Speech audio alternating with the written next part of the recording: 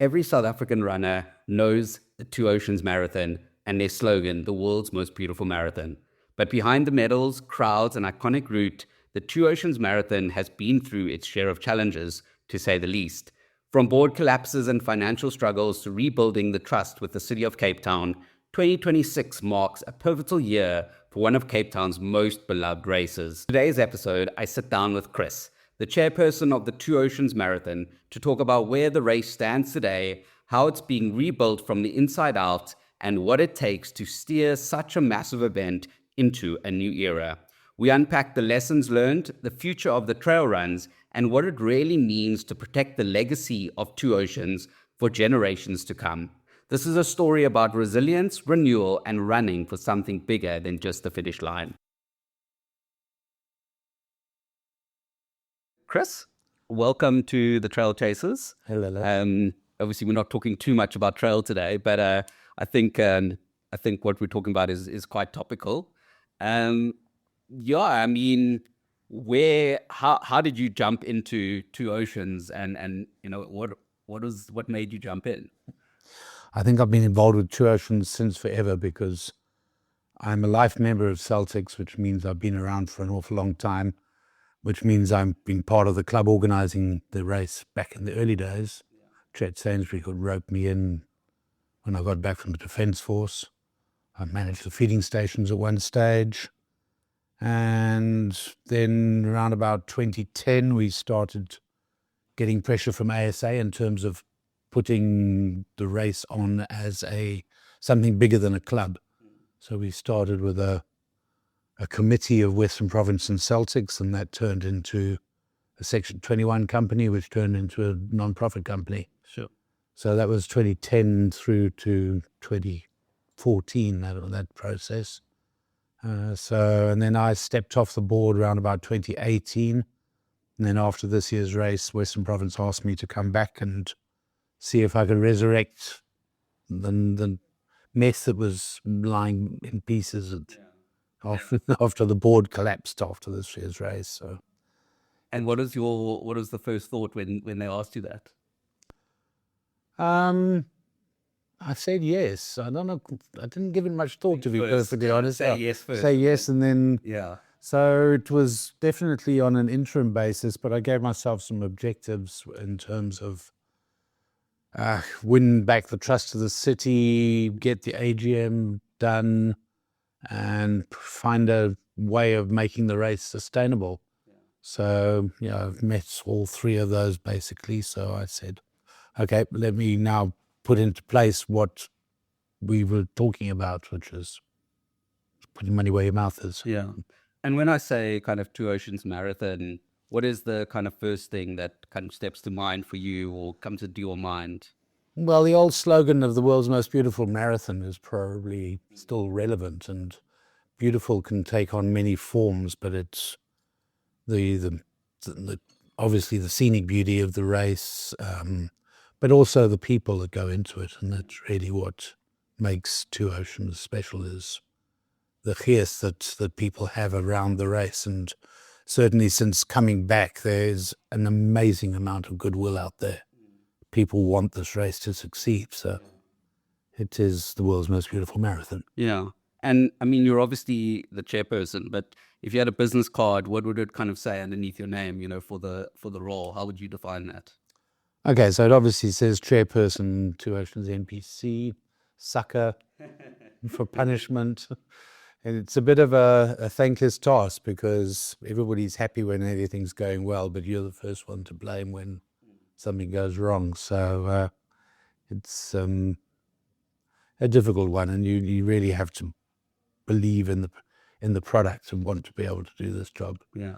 The days of volunteers stepping forward is sort of gone in many ways, and the fact that they expect a board of volunteers to step up and say and put on the race, because that's what's been happening for the last while. There's no backbone that says we're so, and the past board just had to get in and I don't know how people actually do it with permanent jobs. I'm really lucky that I'm retired, so I can put time into it, but it is a lot of work, Yeah. even if you're not organizing. No, for sure. And how hard was that, like the mindset kind of stepping into, I guess, this new era of, like social media, and as you've said, like volunteers not just wanting to volunteer anymore, and, coming from where you were, how difficult was it to be like, okay, we need to get with the times type thing? Well, I haven't been involved for a while, so things have definitely changed. When I left the board, there was a race director and an office. But nowadays, and for 2025, there was literally a board and a couple of people. And that in itself was worrying. And so we had a few options to consider, and it was a very easy decision to make which way we had to go. Yeah. You either find a new race director, which takes time, and you've got to build resources around that. Yeah. The other one is the board carries on doing it, which wasn't an option. Yeah. And the third one is to get in some group or body to help. And that's the way we've gone. Yeah. And how's that process been so far, since you've kind of appointed Stillwater? Okay, well, the background to appointing Stillwater is that the previous board had been talking to them and other parties for about 2 years, but not making any decisions. So when we got called in by the city, they gave us an ultimatum that you show us you can organize this race, otherwise there isn't going to be a race. And one of the things they'd been promised was the appointment of a third-party staging partner. And so we had a choice of two, really. There were some others that applied, but they weren't in the same category. So, yeah, so it was a 1 week turnaround. Yeah. Interview, decision, prepare a presentation and submit to the city. And fortunately, they were happy with the way we chose and what we presented. And, why do you think that there was kind of such resistance in the past to appoint a third party like Stillwater? I think there's an element of old-fashioned, which says the race has been organized by a race director and a committee. And so there's that. But there's also an element of the board thinking that it knows all the answers. Yeah. So it could have been personalities that said, we know how to do this better than anybody else, as well as, so why don't we just do it? So, yeah, it's a combination. And I think an outside party is always perceived to be too expensive. Yes. So there's the commercial element that says we can't afford to pay a company to do it. But the way we're structuring it with Stillwater is that they are coming in on risk. So we are going to share the profits, but they are taking the bigger risk than we are. They see the potential in the race, which is massive. I think the biggest challenge of the race commercially has been a lack of sponsorship in the last X years. Total Sports came on board and basically rescued the finances. But through COVID and after COVID, the race has been running at a loss. We used to have a fairly healthy reserve, but that's been chewed up over the years. So there's definitely space for sponsors, and with trust and with the right handling of the sponsor packages, I think those sponsors will come back. Mm. And, I guess it's fresh on the mind after yesterday's Cape Town Marathon, cancellation. Firstly, what was your kind of reaction to that, and what are the lessons that you kind of, learned in the kind of last 24 hours? Well, I'm really sympathetic to the runners and the organizers and sponsors and everybody else who goes into a race, because I've had to cancel races before as a safety officer. And it's a very difficult decision to make, and nobody likes you for it. but unfortunately these things sometimes have to be done. But so what does it mean for Two Oceans? Well, there are a number of elements to it. Just learning from the lessons of Cape Town. Obviously, we run risks putting on events in a time of year that can vary from anything from hot to sunny to stormy to anything else. And Two Oceans has seen it all in the last 55 years.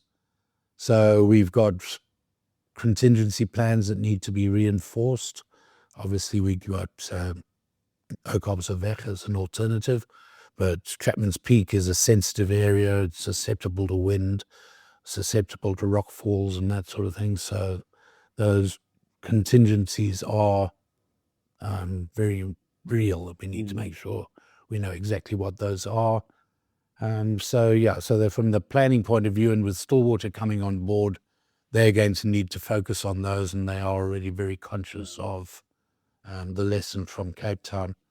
The other thing that's going to affect us now is the qualifying for Two Oceans 2026.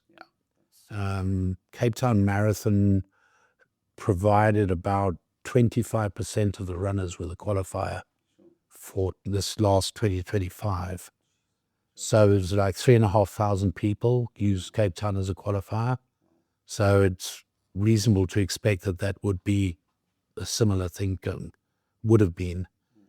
So there is that challenge of people finding qualifiers. And so Winans Marathon, looking locally now, Winans is sold out.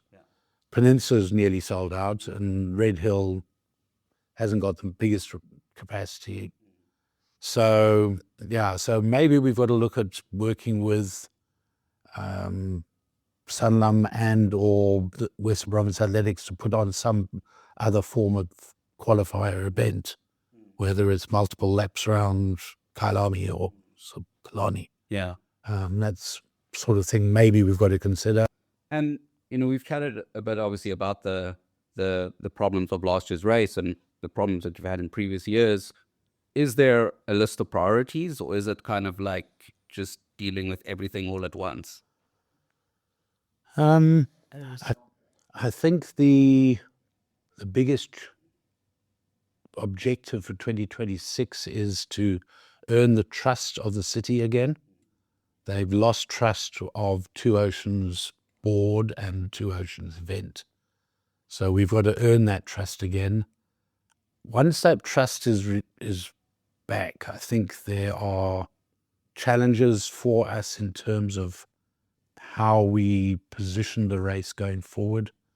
Obviously, it's South Africa's biggest half marathon already. It's not the biggest ultra marathon. I think there's growth potential in both, but to do that, we've got to find some alternatives. The route is a bit of a restriction, but UCT is the biggest barrier. That field has 4 exits, and the evacuation protocols on that field are very restrictive. So we are looking at options, and it's not a new problem it's been looked at before, but with Stillwater coming on board and their experience of street to finishes that they've done with Absa City, and look the way they've found venues around the country, we might just find some alternative. Yeah. So we were chatting about the UCT as the finish venue, and that kind of leads nicely into the next question. How do you balance that tradition versus innovation? Basically by having the runner as the center of every decision. So is it good for the runner? Is it what the runners want? There are obviously some basics that Two Oceans offers, and that's fundamentally the route, especially the ultra route.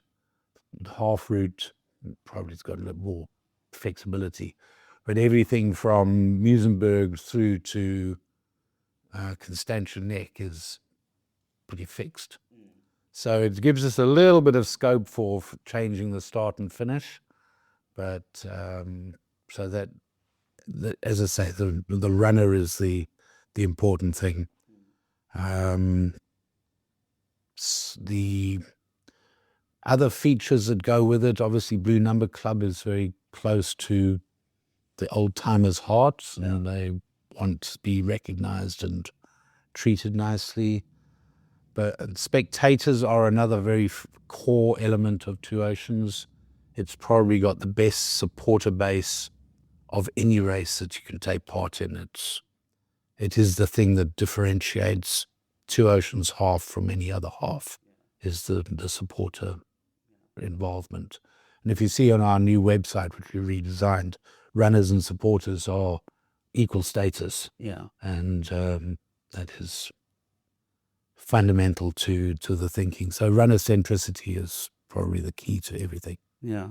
And, I mean, obviously coming back into Two Oceans, the numbers have obviously expanded dramatically. And obviously everyone wants a place in Two Oceans, and it's not physically possible. So how are you kind of dealing with that, and I guess not running into the same problem as last year? Okay, so the oversell was the biggest flaw of the 2025 event.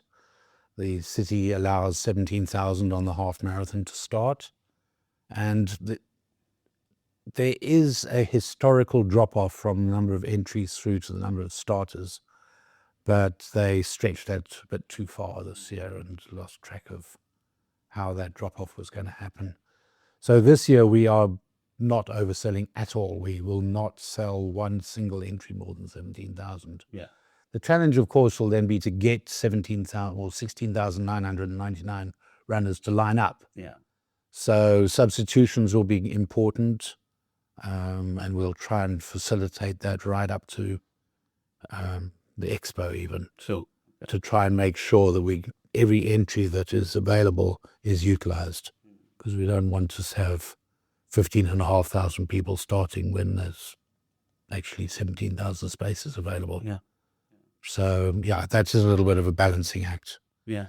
But the goodwill and the demand for entries is there. We had 44,000 applications in the ballot process for about 20, what's the figure? It's about 15 plus 11, so it's 26,000 positions. So we could double sell the race, basically. So there is, and those figures are important for the city so that they know what the potential is out there. Yeah. Because they need to come to the party if we're going to make any big changes, or they had the final say. So they've got to be happy with whatever we propose. Yeah. And is that 17,000, is that the city's kind of just based on what they've, historically given, or are there factors to consider? The factors are congestion on the route is one element, because you've got to be able to get emergency vehicles to people that need it. So congestion on the route is mitigated by the start process, batching and that sort of thing. So that's why we may even have more batches this next year in smaller groups, spreading them out as far as possible. But then the capacity on the finish field is the big one. And the UCT field, rugby field, is a big factor in that, because without that A field, the numbers drop to 16,000. Sure. Because it just means that everybody's squashed into smaller space. But fortunately, they finished their rugby season the week before Oceans next year. They finish on Easter Monday. So that field's available. So we're not allowed to build anything on it, but we can use it as capacity relief to get people moving. And, if you kind of look at the future, or your vision of where Two Oceans goes or what it becomes, what does that look like? Yeah, it's an aspirational event. We want people to be able to take part. We want it to stay locally relevant. I know Sanlam Cape Town Marathon is looking to become a world relevant event, but I think the demand for ultra running is less overseas. So we will definitely get tourists and coming in to run Two Oceans. But that's the local runner is our priority. And if we can increase numbers, then we can obviously look to bring in more tourists and foreigners. But right now, it's a South African race. Yeah. So I have a vision for a 55,000 capacity. And funny enough, that vision is the same as it was in 2012. Wow. When we had started the company, we did a vision mission evaluation, and 55,000 was the figure that we talked about. But that was split up between the ultra, the half, the trail, the fun runs, the international friendship run, the nappy dash. And so those, I think, are all things we would like to revisit. They form part of the uniqueness of Two Oceans. No other race is quite as inclusive in terms of the range of activities that it offered, and no one's really filled that space. So I think there's an opportunity for us to do that still. Yeah. I mean, I'm glad that you mentioned the trail races, because obviously, because a trail running podcast, and I think for me as a trail runner, it's kind of felt like those were just stuck on. For what reason, I'm not really sure. But yeah, it kind of stuck on without thought and consideration. Is it important to the race? Is it, I mean, going ahead next year, and what was your thinking coming into it? Okay, you must remember the history of the Two Oceans Trail. We were very much at the forefront of trail running when we first put that on. In fact, it was Trevor Ball and myself that pushed to get a trail race going. I was chairman of Trail Western Province at that time, and leading the breakaway of trail and making sure that it wasn't just sucked into mainstream athletics rules and that sort of thing. So I was very integral in that process, and we developed what in those days were fairly adventurous trail runs. At the side of Table Mountain was not used much, so it was an evolution. Obviously nowadays there are many trail races all over the place, so the uniqueness of Two Oceans Trail has sort of got lost. And so I guess the passion for putting it on declined. It also became a bit of a headache for Two Oceans. It needed a separate start and finish. You couldn't really use the finish that was on the field. So I can understand why previous boards have sidelined it. Whether it's going to take place again this next year is still under review, remembering that the Friday before the 11th and 12th of April is a normal working day. Yeah. This year, it was in varsity holidays, so we could use UCT. So next year, we can't use UCT as a start-finish. We can't use the local schools as a start-finish. So places like Wynberg and Sachs and that sort of thing, it's a normal school day. So we've got to find another venue, and that is the challenge at this moment, is to find a venue that we can park, where we can have a crowd without interfering with normal traffic. And is the idea behind the trail race to give trail runners the kind of Two Oceans experience? Is that the idea, or is it? There are very few trail races on Table Mountain, so it's an opportunity to give them that experience. So I think people still feel that it's got some value. It makes that complete weekend, especially if we head back towards that multi-event weekend. So it's an obvious one to try and include. Yeah. Unfortunately, sandparks won't allow youngsters on the mountain, except in very controlled environments. So it's got an age limit of 18. Whether we could put on a youngsters trail as well, worth thinking about. Hasn't been done yet, but Yeah, yeah. And I mean, I guess dealing with the city of Cape Town on one hand and then Sandparks on the other, I can't imagine that, that to be quite a tough balancing act. yeah, it's almost entirely on Sandparks property. So the city just worries about the parking and the access. And we're probably going to outsource the mountain side of it. It was outsourced this year in 2025 to somebody who mucked it up rather, but we'll go to someone with more track record. Yeah. Okay, so Stillwater won't take on the... I would think we'll find somebody else to actually do the physical route marking. Yes. But Stillwater's experience in trail, they obviously used to do African X and Xterra, so they're very aware of trail racing. Yeah. And I mean, I guess a new problem is, or a good thing and a bad thing is the rise of kind of social media and, this, kind of people criticizing every kind of decision. Obviously, there were mistakes that were made last year, but how do you kind of deal with that, especially now, with too many people applying and, you're getting everyone kind of shouting at you on social media, and how are you dealing with that? I think our basic philosophy at the moment is transparency and openness and response. The previous board went the other way. They closed Largo, turned off social media commentary, and that just gets everybody's back up. Yeah. So we've tapped into the social media skills that Stillwater have.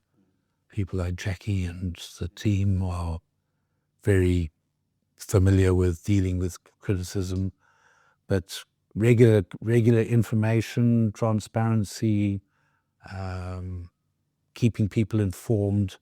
We've already revamped the website. It wasn't built on a stable platform, so we've had to just rejig it completely. We did that in a sort of 10-day turnaround, which was amazing. So information is key to keeping people up to date. And of course, we've got Stuart Mann on board. Yeah. On the board. And it's better to have your critics close than to have them sniping from the outside. So we are using Stuart as an insider, giving him enough information to spread the word, helping him be part of the solution rather than part of highlighting the problem. So he's happy to do that role, and he loves data, and I feed him information and let him run with it. He's got to keep his reins on a little bit to make sure he doesn't jump the gun on certain things, but generally he's very much a positive voice now as opposed to a critical one. Yeah. And, what are your opinions of, are you kind of happy with how things have gone, how the board has been, put together, and so the relationships with Stillwater so far? Yeah, we are still in the draft phase of the final contract with Stillwater. There are different opinions as to how it should work, and we're just working through those with particularly some of the new board members. It's probably the biggest decision that Two Oceans has made since moving the event off Easter weekend. Yeah.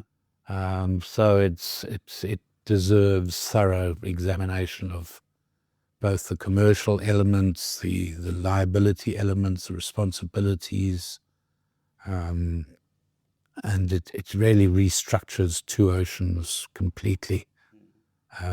Our staff will largely move to Stillwater and be taken over by them. We won't have a need for a big office environment, but the race still needs an office, so that's not going away. Yeah. But it's very much a case of assigning roles rather than abdicating the role. So the board still stays responsible for the race, making the major decisions, but a team that is skilled and knowledgeable will do the detail. Yeah. And what does it say about the Two Oceans that you had so many people applying even after last year and the amount of complaints? It just proves that the goodwill's there. The sponsors want it, the runners want it, the city wants it. Even though they were very cheesed off with the race after this year's race, and because everybody just got embarrassed by the breach of permit. But fundamentally, it's good for Cape Town. Yeah. It is one of the big five of Cape Town's sporting environment. And it brings in runners from all over the country. And again, we just got to build some trust with them that they know that. And unfortunately, this incident with Cape Town Marathon isn't particularly good for our Cape Town's image as an event organizer. Yeah. No matter how correct the decision was, there will always be those that have said, "Oh, we could run in any weather. But look, we all went for a run after the race." But the damage had already been done by then. So, yeah, so Two Oceans needs to, but the support in Cape Town, or the running environment in Cape Town, is growing so rapidly. Every single stat is up year on year. The number of licensed runners, the number of temporary licensed runners, the demand for entries, the races that sell out, the growth of every single event, just says that there is a demand. And so even if we end up focusing on the locals, we will sell out Two Oceans at the moment without any difficulty. Yeah. And, on that license kind of element and the balance act, between the elites and the kind of everyday runner, and then obviously the balance between the clubs and their involvement and licensed runners versus, this, as you say, a new way for people who aren't really interested in club membership. How are you going to kind of balance all of that? Yeah, well, this is where I put on my Western Province road running hat. Clubs are the backbone of the South African road running scene. Very different to trail running. Trail running relies on companies to put on events. Every single trail run is a commercial exercise, whereas road running relies on the clubs to put on the events. And even the big ones generally have a club involvement somewhere. In fact, it's a requirement from Western Province that a club is involved. So you take AMSA Series, that's Brackenfell Club. You take Total Sports Ladies Race, that's Edgemead Club. They might not be doing the heavy lifting, but they are involved, and they are held responsible for the actions of their staging partner. So clubs are fundamental to the whole structure. So we retain a loyalty to the clubs, because if we break down the clubs, we'll break down events. Yeah. So we can't let temp runners be cheaper, for instance, than joining a club. So that's unfortunately why temp licenses remain relatively high. But if you're only running an occasional race, then it's not that important. Yeah. So, and they want to run the aspirational ones. They want to run the gun run. They want to run Spa Ladies. They want to run Two Oceans. And the majority of the people doing those events are not club runners. Yeah. Spa Ladies is about 10% club runners. Sure. Out of 15,000. Gun run, in the half marathon, it's probably 50-50. In the 10K, it's probably 60% tips. Yeah. So it's a massive revenue stream for the province. Without the big races and without temp licenses, Western Province wouldn't have income. Sure. So that funds everything that goes into athletics. We can send teams to track and field or cross country because of the success of road running. Yeah, very tricky balance. It is a big balancing act. And then on the kind of elite side, and putting on a competitive race and attracting like the top talent versus, making sure that it's a race for all. How do you see that kind of working? we've always had an elite element in Two Oceans. It hasn't been something that we've actively gone and recruited. And maybe with Stillwater involved because of their connection to top athletes through the ABSA series, it's possible that we might start thinking about bringing some, particularly the African team. There's no reason why the top Kenyans and Ethiopians shouldn't step up from a marathon to an ultra marathon. We've seen Lesotho, we've seen Zimbabwe doing it already. Yeah. But the East Africans haven't really found ultras to be part of their appetite. But I think we could do it. I think we might just bring in some competition for Gerda. We know that she is probably not fast enough in a marathon, but at the moment no one's touching her on the ultras. Yeah.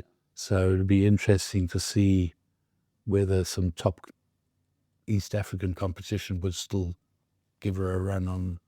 So there's some television scope there for some spicy and marketing.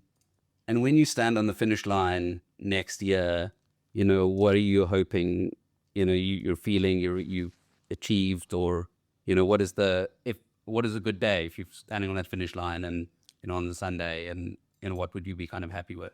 So for 2026, I would just want full capacity, event went off flawlessly, everybody happy, everybody gets their medal, the party happens, television coverage is slick, so sponsors are all happy.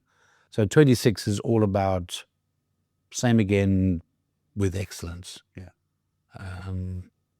27, different story. That might be where we might make some changes. 26, as I say, same again, but we are already planning to move the expo back to CTICC. We're looking at some activations around the expo that moves off. And then the other one, which I'm being reminded from my right, is the whole Tomi in aspect. That's the Two Oceans Marathon Initiative, which is the charity element of Two Oceans.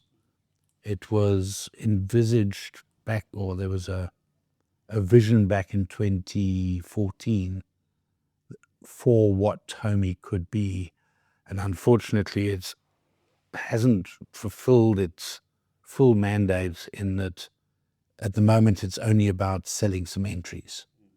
But there is so much that can go into a bigger vision in terms of athlete development, athlete assistance, grassroots development, club development, club assistance. So that is what the board can really focus on now that it's not having to organize the race, it's directly. Yeah. So are those for charity entries? Is that what? Yeah, so we are, for instance, one of the changes we're doing this year is the charity entries are being split between Tomi as a charity, Okay. and other charities. Okay. So we are going to severely restrict the other charities in terms of how many entries they can sell, because we want to use the money for the projects that we identify as being critical to Tomi's vision. There are 4 categories of charity that we identify with, and we want to make sure that it goes into those. So as much as I love animals, that's not really where Two Oceans is. It's about people, it's about health, it's about environment. So those are the sort of key areas we want to support. So that is a whole exercise in itself that needs to be re-envisaged and activated, which will be one of the pleasurable things of. Yeah. And, when all is said and done, what do you hope your kind of legacy is as chairman? Basically, to make Two Oceans sustainable. How can it continue to deliver in a semi-amateur world. Yeah. How can the board members rotate and not immediately have a negative impact on the organization? How can the governance be assured